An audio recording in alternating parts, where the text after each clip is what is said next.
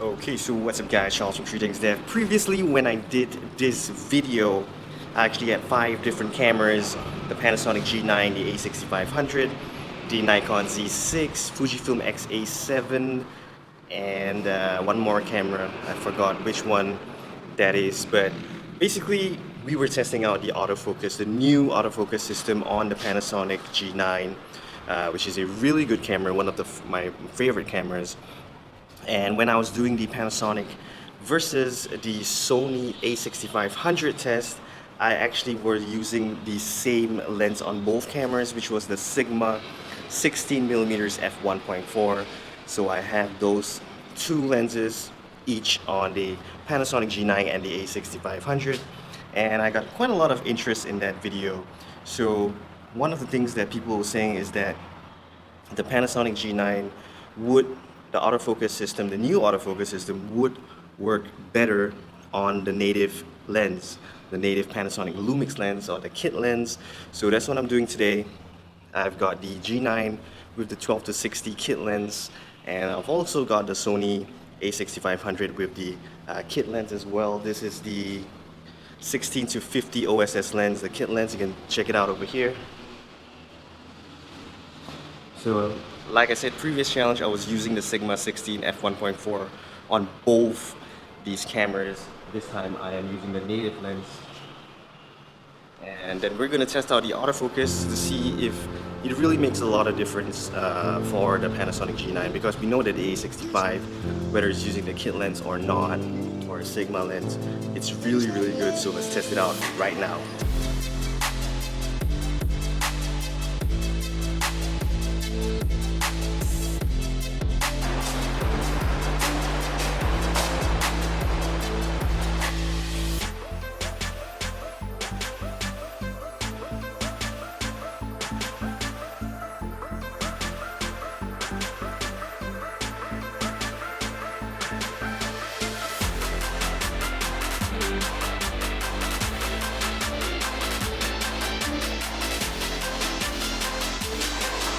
Get really close to the A65 and then really close up.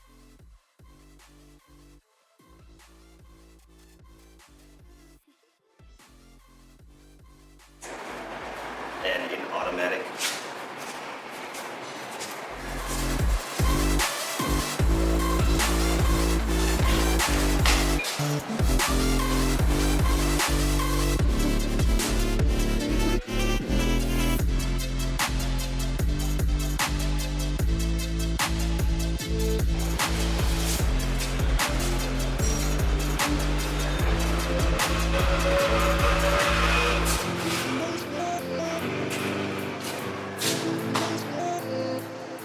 I'm pretty sure that the A65 has brilliant autofocus. I'm more worried about the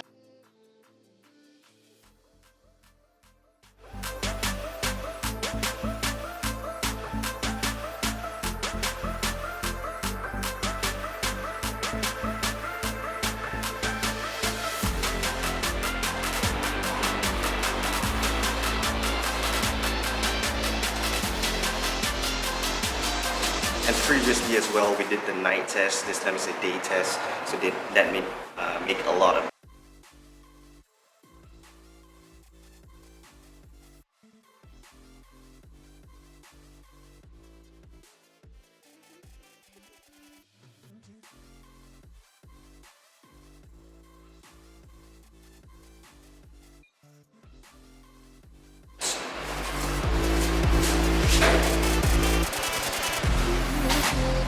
Okay, so I think that would be an ample test.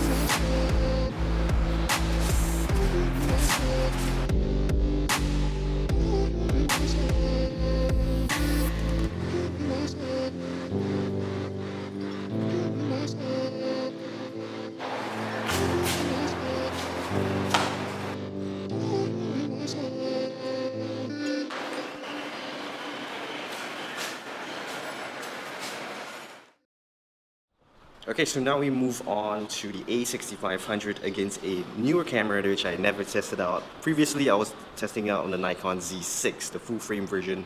This time around will be the Nikon Z50, which I actually bought. I haven't bought any lenses, prime lenses yet. So we'll be using the kit lens, same as on the A6500, the kit lens as well.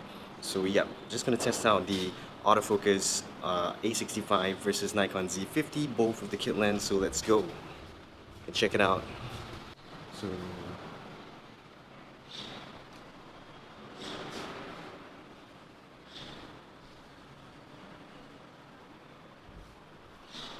yeah, let's do the test right now, both 4K 24 frames per second and in automatic mode as well.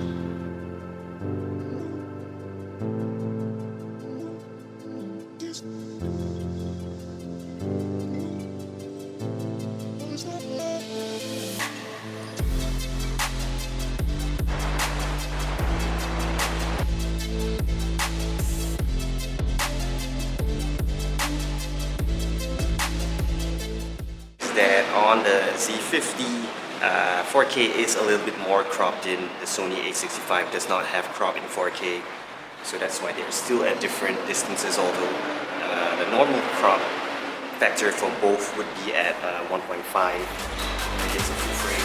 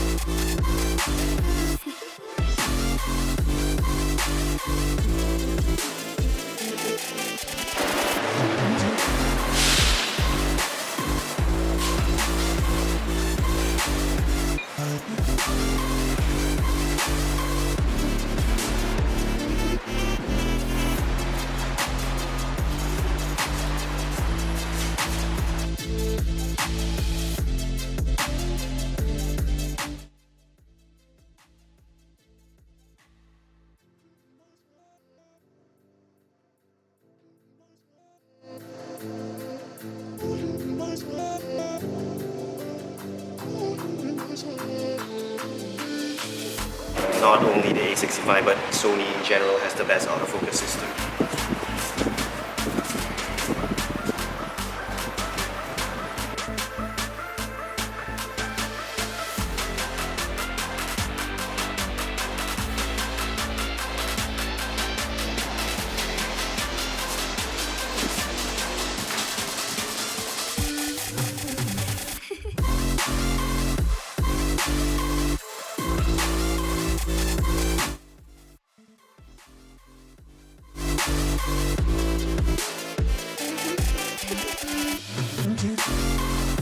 Okay, so that's it, guys.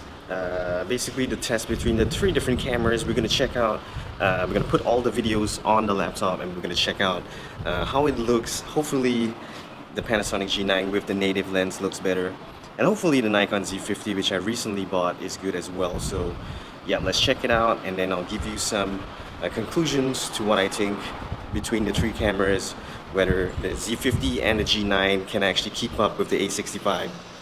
Sony's autofocus system. So let's go.